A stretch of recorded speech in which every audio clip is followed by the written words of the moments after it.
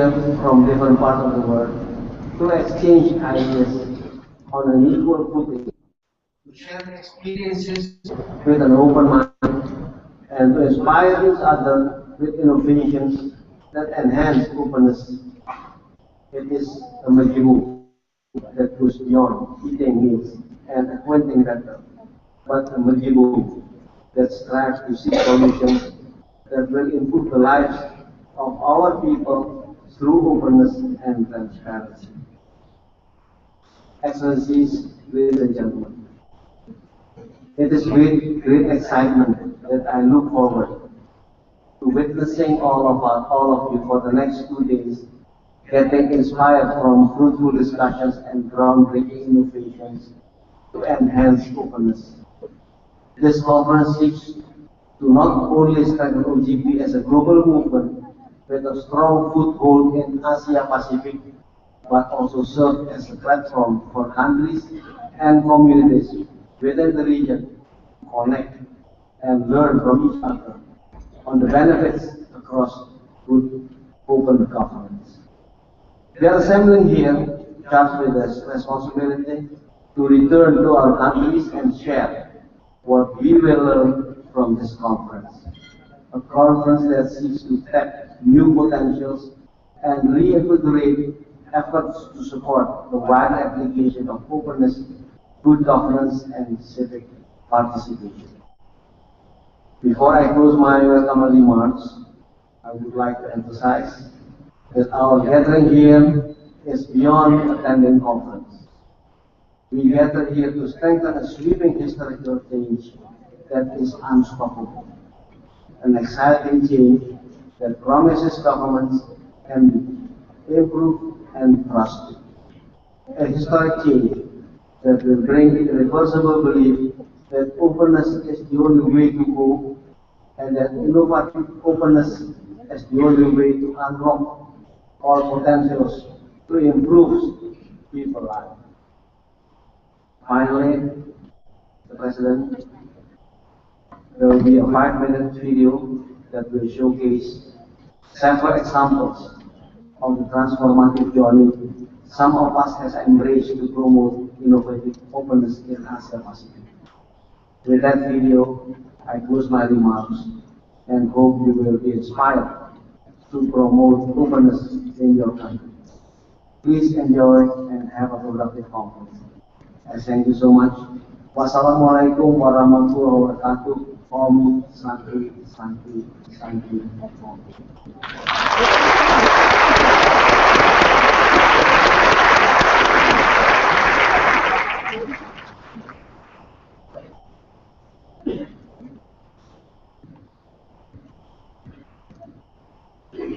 Indonesia holds the rotating chairmanship of OGP for 2013 and 2014.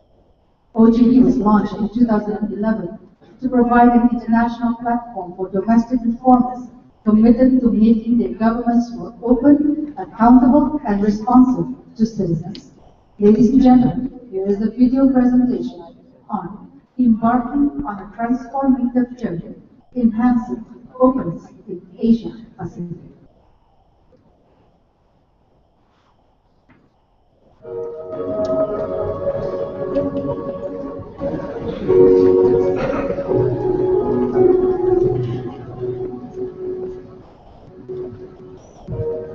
Openness is the foundation of a modern government.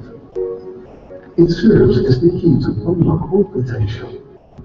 The challenges for governments are to be more responsive, effective, innovative, accountable, and inclusive to combat corruption, boost economic growth, and improve people's lives. With this common belief, 8 founding countries launched the Open Government Partnership on September 20th, 2011. In only 2 years, the excitement has already spread to 63 participating countries that joined OGP, and in collaboration with their civil societies, they introduced a wide spectrum of commitments to deliver. Here in Asia Pacific, we have the utmost potential to deliver more and grow tremendously. as is catalyzed by several countries. The government of Indonesia offers reform bureaucracy, adaptation and enforcement of the Freedom of Information Act, empowering local governments, and the strengthening of public service portals and aspiration channels. In partnership with the civil society and the business sector, the Philippine government is now in the midst of implementing its second country action plan. To improve transparency and deepen citizen engagement, the following programs are being implemented as part of the Philippines' OGP commitments. Grassroots participatory budgeting, citizen participatory audit, the Extractive Industry Transparency Initiative, and improving the ease of doing business.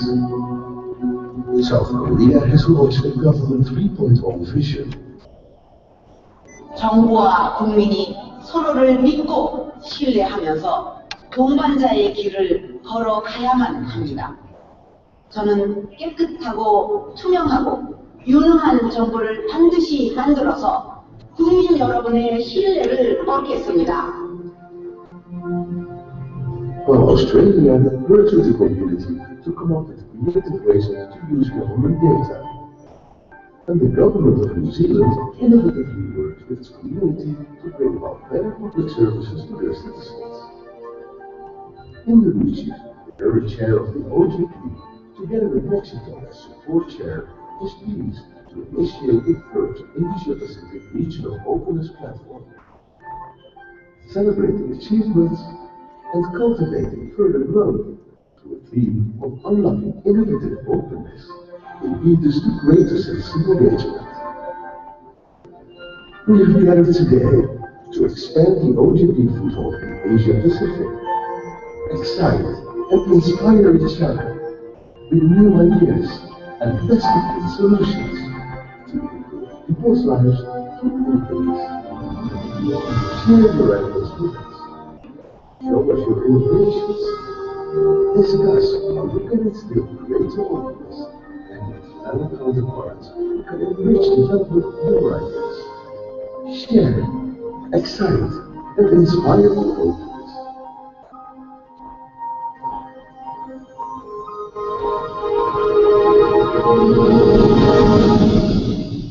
Please give a round of applause for OGP. The video presented is a glimpse on enhancing openness in the Asia-Pacific region. Today, we are all gathered here to celebrate innovative openness in the spirit of true open government partnership. Ladies and gentlemen, may I now kindly invite OGP, Civil Society Organization Lead Chief, to deliver his speech. Please welcome Mr. Rakesh Rajan.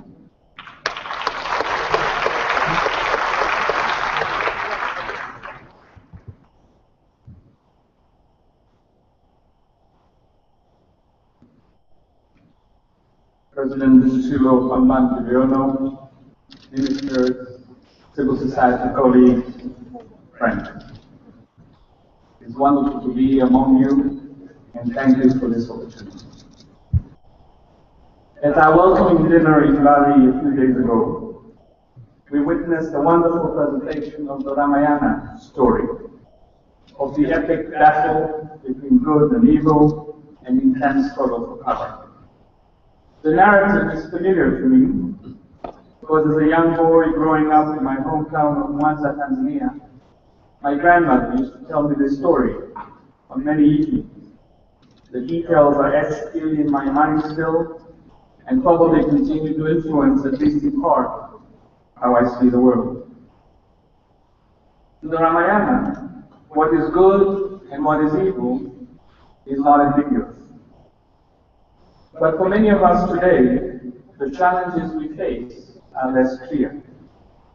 The deeper challenge of our time is whether we live in societies that are more open or more closed, about the quality of space for citizens in the regimes in which we live. So what is open? How can we know that a government is open? I think you will agree with me that one of the most critical features of openness is responsiveness.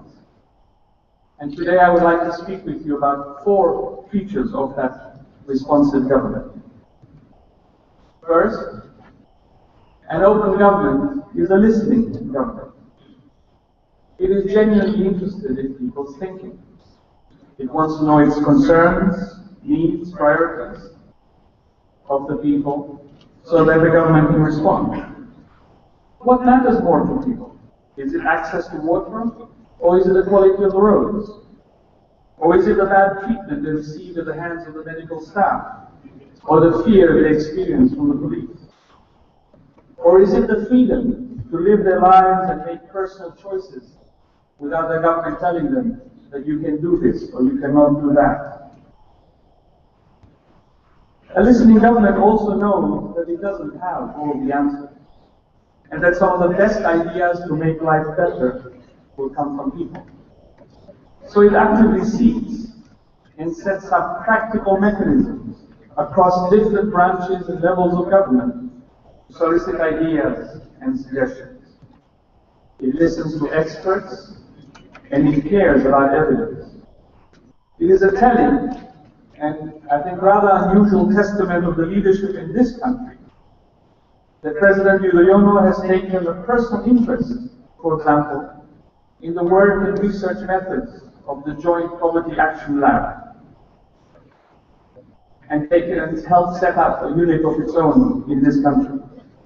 Or that Carter Toro, who we just listened to, dealt with the enormous, daunting humanitarian challenge in the aftermath of the Aceh crisis by establishing a transparent platform to collect and share information about what is going on, who is doing what, where, so as to be able to, in a transparent way, coordinate and let people know what they are entitled to.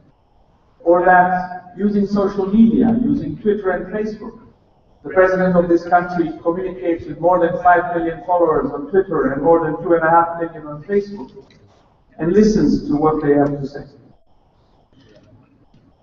In addition to informed experts, a listening government also asks for ideas from ordinary people and from civil society. Imagine for a moment the power of that. For an old fisherman, or a bus driver, or a cook, or a teacher, who has been used to having government telling him or her what to do, who is in fact a little scared of government, to now experience government as truly interested in what he thinks or the suggestions he has to solve problems. Imagine what it does for the relationship between the state and the people. Indeed, what it does to public trust. Second, an open government informs and educates. It understands that it needs to explain to the public what is going on in the country, what the government is doing, and the basics of its policy and budget choices. When it is thoughtfully explaining the nature of trade-offs, such as why some services can be free and others not, or why hard decisions are being made, and both invites and informs public debate on those choices. It makes policies and data open. It opens data. In the United States, for example, after President Obama came into power, hundreds of thousands of data sets, which were previously closed, have been made open. The United Kingdom is exercising similar leadership in opening up data, in partnership with groups like our network, My Society, and others. It opens up budgets. The International Budget Partnership tracks the openness of budgets in over 100 countries. We show, for example, that countries like South Africa, despite the many challenges, governance challenges they have, are in fact a leader in budget transparency. An open government also realizes that there is not a straight line between policy and implementation, between the letters of the law and how they are translated by officials, between orders of a president and the reality on the ground. so it is particularly interested in monitoring practice. In India, for instance, Nikhil Dey of the civil society group MKSS and his colleagues have invented a simple practice of painting, literally painting, public budgets on thousands of village walls so that people can know what the plans and budgets are and can follow them up and match them with reality. Using the country's right to information law, through social audits, they involve hundreds of thousands of ordinary people across many different communities to follow up employment registers, see whether the workers listed there are real or ghosts, whether the wages paid are real or fabricated, whether the budget execution reports show real progress, or whether they show false buildings and services. And by doing so, they put public officials on notice to be accountable to the very people who elected them. Third, an open government engages with citizens. It doesn't just say, give us your ideas and then leave us alone to get on with things, just trust us. Rather, it involves people in the process of government. It co-governs. In relation, for example, to the work of MKSS in India that I just mentioned, the response from government overall has been mixed. There has been a lot of resistance and intimidation. But not everywhere. Some states in India have embraced this approach, as they have in Philippines, like we just heard, and adopted the practice at the heart of government. And these ideas are spreading across the world, with many civil society organizations and governments taking them up. Similarly, the civil society organization that concerns citizens of Abra for Good Governance in the Philippines is also engaged in monitoring infrastructure projects. From the start, they have involved the government in this process. At the beginning, the engineers, the experts were skeptical because the people who are monitoring are ordinary citizens, and they said, what do they know about monitoring infrastructure? But the group persisted, and now they have convinced the engineers and many people in government, and these practices are now influencing policy changes in the government, and particularly in relation to procurement. This practice of involving citizens can also be spread through broader policy-making processes. The idea here is open policy. The UK, for instance, have used open policy-making in devising its second open government plan, which is a far better product as a result than the first. And one could use this for general policy-making throughout. In Mexico, the next incoming chair of the Open Government Partnership, which I was fortunate enough to visit in January, I was impressed to see a tripartite partnership between the executive, the government, between its autonomous information commission and civil society, working together, each with its own independent views, but collaborating to create a better society. Fourth and finally, an open government is also a government that protects.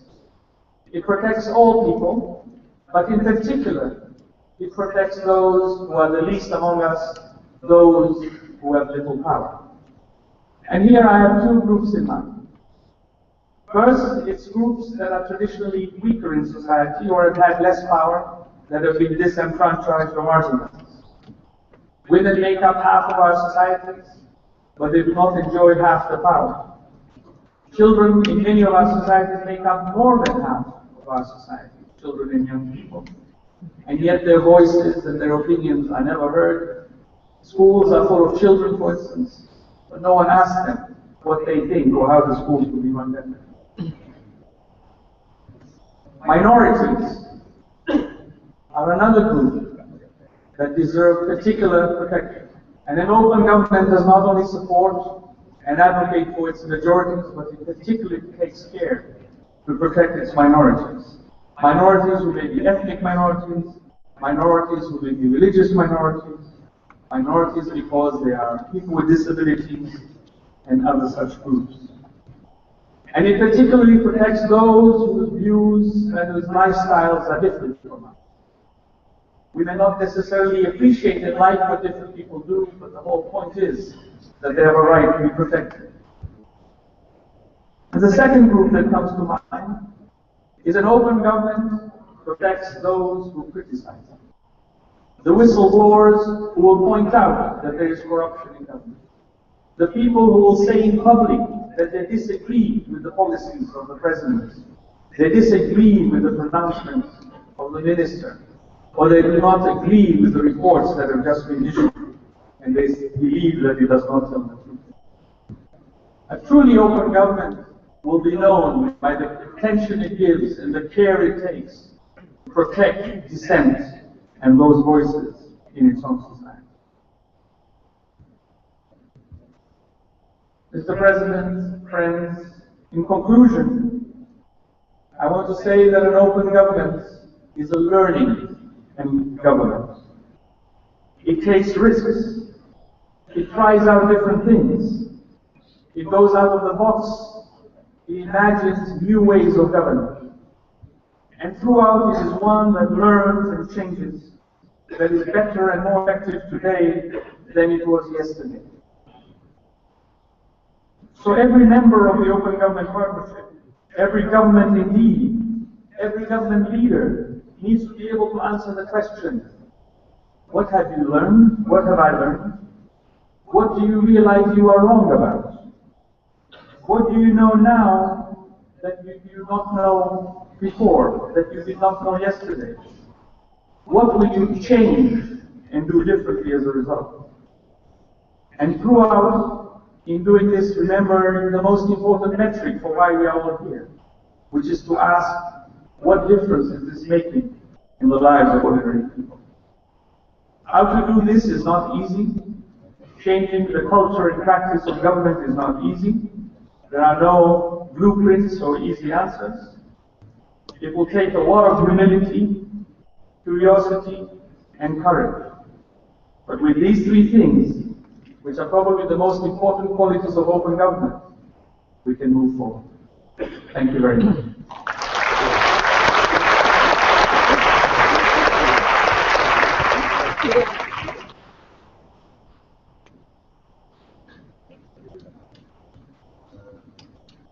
And now, ladies and gentlemen, keynote speech by His Excellency the President of the Republic of Indonesia, ended by declaring the opening of the Open Government Partnership OGP Asia Pacific Regional Conference.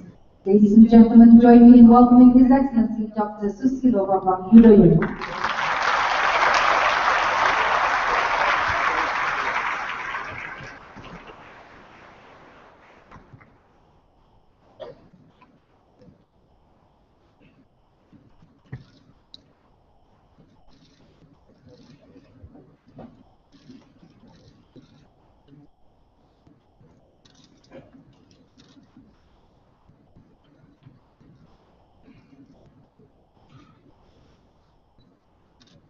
Bismillahirrahmanirrahim.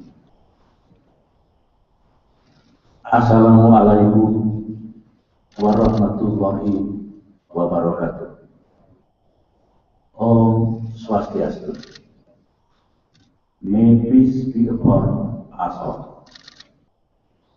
Excellencies, Ministers, Mr. Rakesh Rajani, Open Government Partnership CSO Lead 10, Honorable Governor of Bali, Excellencies, Ambassadors, and representatives of United Nations agencies and international organizations, distinguished delegates and guests, ladies and gentlemen. At the outset, I would like also to welcome all of you to Bali, a world-renowned island rich in culture, tradition, and history. We are pleased to host this Asia-Pacific Regional Conference on the Open Government Partnership. The theme of this conference, Unlocking Innovative Openness, impetus to greater civic engagement, is indeed very timely. In parallel with the economic achievement throughout our region, we see the ever-increased activation among our people in governance. I therefore commend the Indonesian Organizing Committee, together with the OGP Steering Committee and the OGP Sport Unit, for convening this important conference. You have successfully brought together a diverse group of delegations in this auspicious occasion. I can see among us representatives of government, regional and international organizations, civil society organizations, academia, youth, private sector, and the media. This gathering shows the strength and increasing relevance of the Open Government Partnership. Looking back, OGP began as a multilateral initiative of like-minded countries across the globe.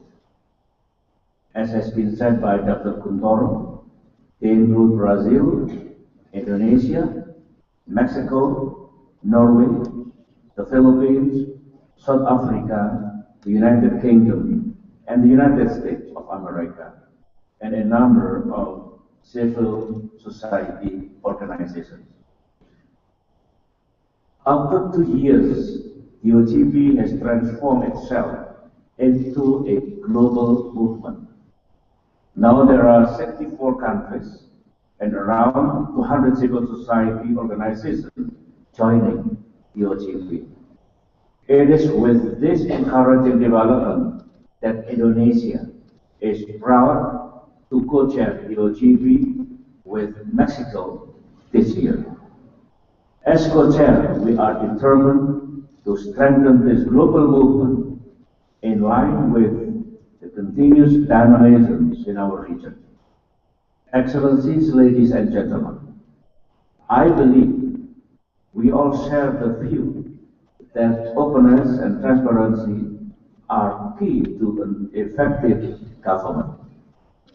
These are the virtues that the OGP promotes, and these are the virtues that can help government respond to the public needs more promptly and appropriately, such as to deliver more economic benefits, civic rights, and equal opportunities to improve people's lives.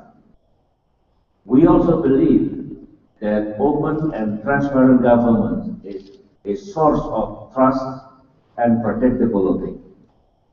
They serve as a good basis for a more sustainable cooperation among governments, including to help resolve regional and global problems more coherently.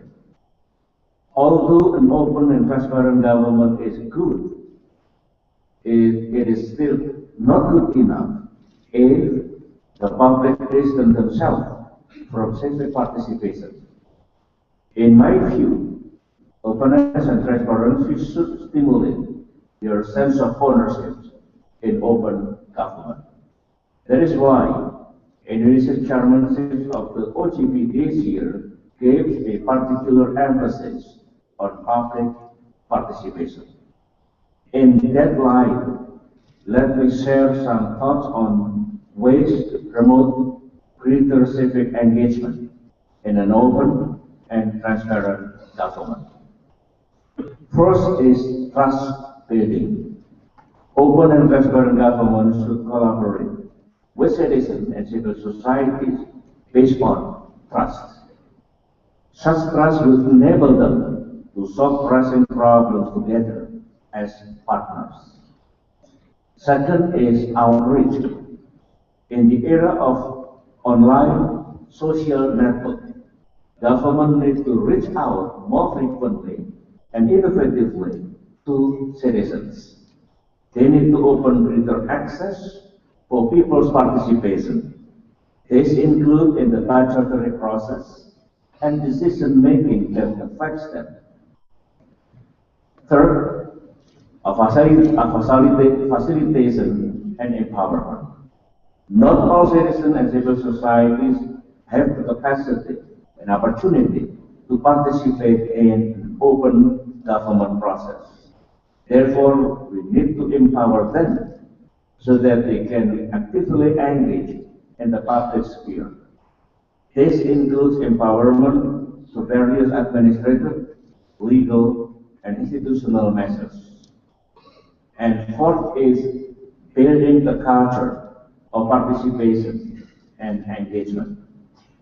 Culture of participation and engagement is essential not only to robust democracy, but also to the very idea of civic engagement in open government. Making participation and engagement as a habit is critical to sustainable openness and transparency. Excellencies, ladies and gentlemen, Indonesia continues to put meaning to the ideals of open government. We try our best to empower rather than instruct, to inspire rather than force, and to embrace rather than exclude. This is the reason why we created the Open Government in Indonesia, known as OGI. I must say that the OGI has enhanced our national effort to implement good governance and transparency. It serves as a catalyst for public service delivery reform. And at the same time, it alters public perceptions regarding their rights to information.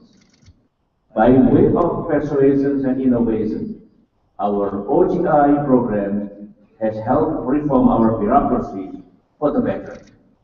I am pleased that some of our initiatives have been referred to as best practices. In this regard, let me share with you three initiatives that we have been advancing in the context of the OGI.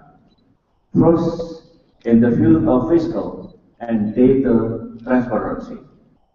Our fiscal transparency program is aimed at providing budgetary information to the people. This allows citizens to exercise greater oversight on budget transparency. I am pleased that our efforts have been recognized by the International Budget Partnership through its Open Budget Index survey. Our Open Budget Index in the 2012 score had risen from 51 in 2010 to 62 in 2012, making Indonesia one of the highest in Southeast Asia. And on data transparency, our new invention is One Map Indonesia. This One Map, serving as the national reference, is made possible by the collective effort of various government agencies. You may want to check the map, you may want to check the map in its web portal from time to time. The map functions as a single authoritative reference for all different types of government maps, from forest to mining, concessions, and conservation area. It also makes us appreciate better the value of one reference, one standard, one geoportal, and one database of information. We are also now developing the Indonesia Data Portal, a virtual integrated space for all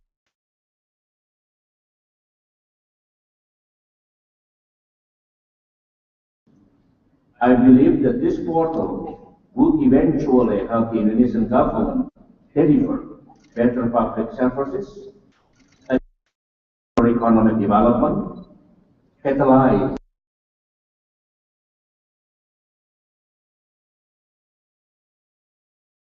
this integrated source of information will help accelerate the achievement of our goal for sustainable development. Second, in the Open Government Indonesia, public service competition in 2012. We invited 34 of our line ministries with their 62 public services to participate in the OGI competition. Through the competition, government institutions are measured based on their level of openness to the public. This competition also allows bureaucracies to innovate and create practical ways for the public to participate in open government process. And third, in the field of citizen voices, we have utilized information technology to expedite two-way traffic of communication between government and citizen. Inspired by the wide use of social media, we have improved and strengthened our program called LAPO, which means to report.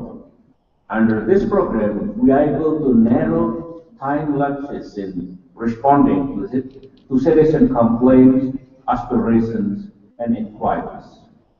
We have also developed a program known as Solusimu, Solusimu in Indonesian language, which means your solution.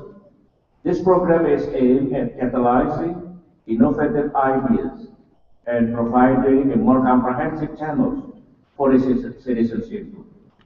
Under this program, we receive a large amount of submissions from our citizens, including through social media.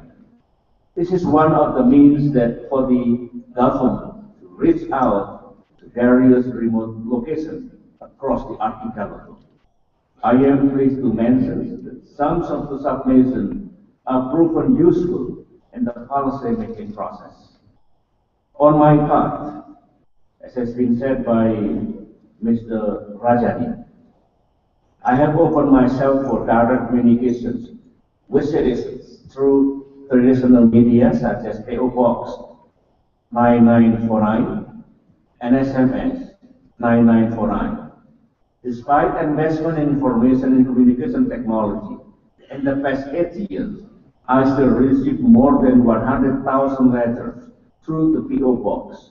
I also received more than 3.5 million text messages. Recently, I joined social media such as Twitter and Facebook.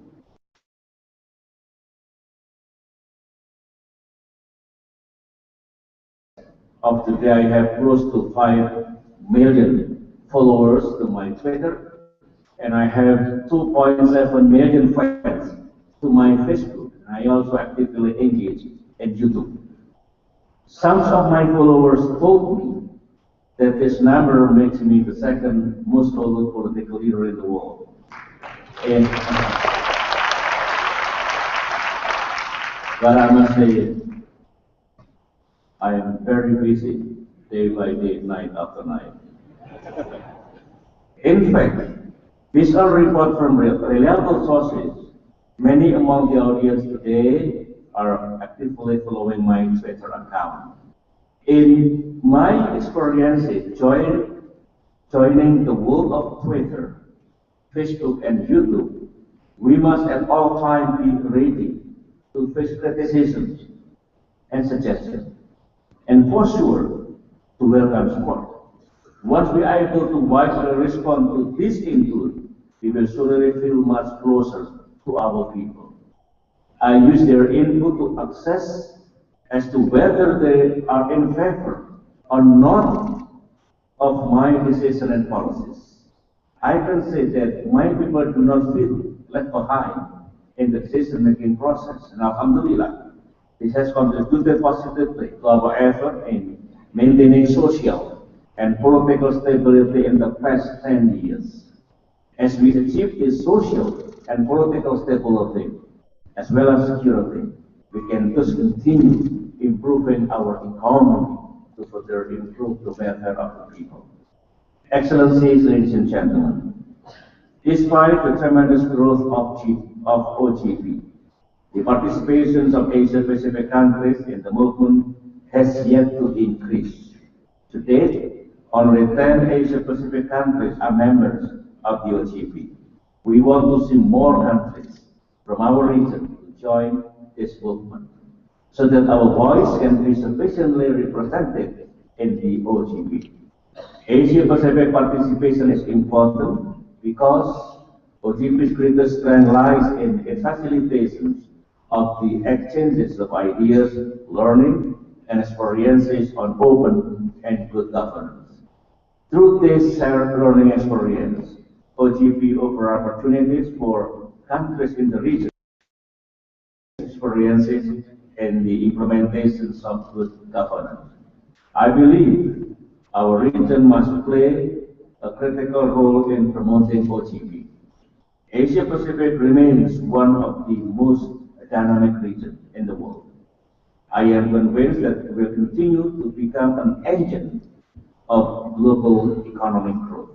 And I am pleased that my confidence was also shared by other APEC leaders when they gathered here in Bali a couple of months ago. Together, we declared that the future of Asia Pacific will be prosperous, stable, dynamic, inclusive, and forward-looking. Before I conclude, I would like to once again convey my appreciation to all of you for your participation in this conference. I would also like to thank the government of Mexico for their support and close collaboration during our co-chairmanship of the OGP. With public participation as the central theme of our conference, I do hope that your two-day deliberation will further advance civic engagement in OGP. And I also hope that our conference will attract more interest among civil society organizations in OGP and perhaps in joining this movement. Finally, ladies and gentlemen, while wishing you all successful conference, I do hope you will find time and have plenty of civic engagement here in Bali. I want to be a salesperson now. I encourage you to experience the splendor of Balinese culture and nature. I also encourage you to bring home Balinese souvenirs. Thank you. As you do this, you will engage with diverse local people and contribute to the local economy. Thank you. Assalamualaikum warahmatullahi wabarakatuh. Om Shanti, Shanti, Shanti, Om.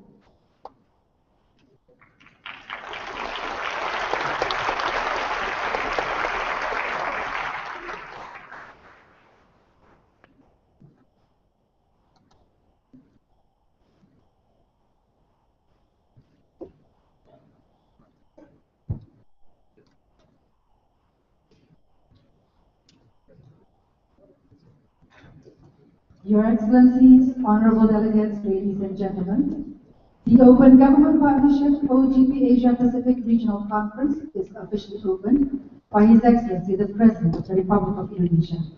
Our heartfelt appreciation to His Excellency for gracing us with his attendance and for officiating this important gathering. Have a fruitful conference, and as the President says, don't forget to shop in Bali. Ladies and gentlemen, please rise. His Excellency the President of the Republic of Indonesia will now lead the Nusa Dua Fight Ballroom. Please give our appreciation to His Excellency the President of the Republic of Indonesia.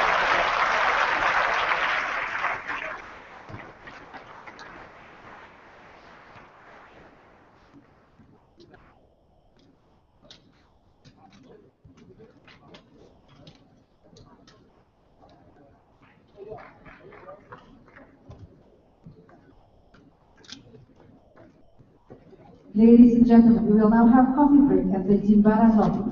But there will be a photo session at the foyer of PNDCC, photo session of heads of delegates and members of the steering committee, and OGP CSO lead chair with His Excellency the President of the Republic of Indonesia, Minister of Foreign Affairs of the Republic of Indonesia, and consul. To the remaining guests, plenary 1 will start at 10:25. Reflective statements by heads of delegations and CSO representatives of OGP Asia participating countries.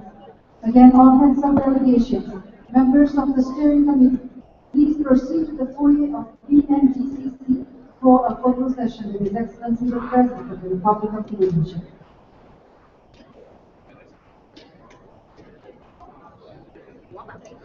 Remaining delegates, please proceed to the Jimbaran lobby for coffee, tea, and refreshments.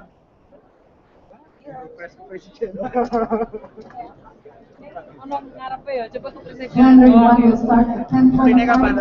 Return to this room at 10:30. Ngeprintnya kapan nih?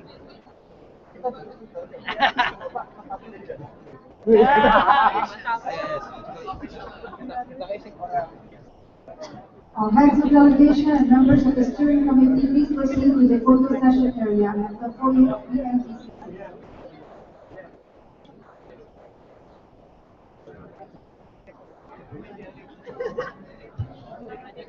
Kenapa kamu dikanya tidak dibaca?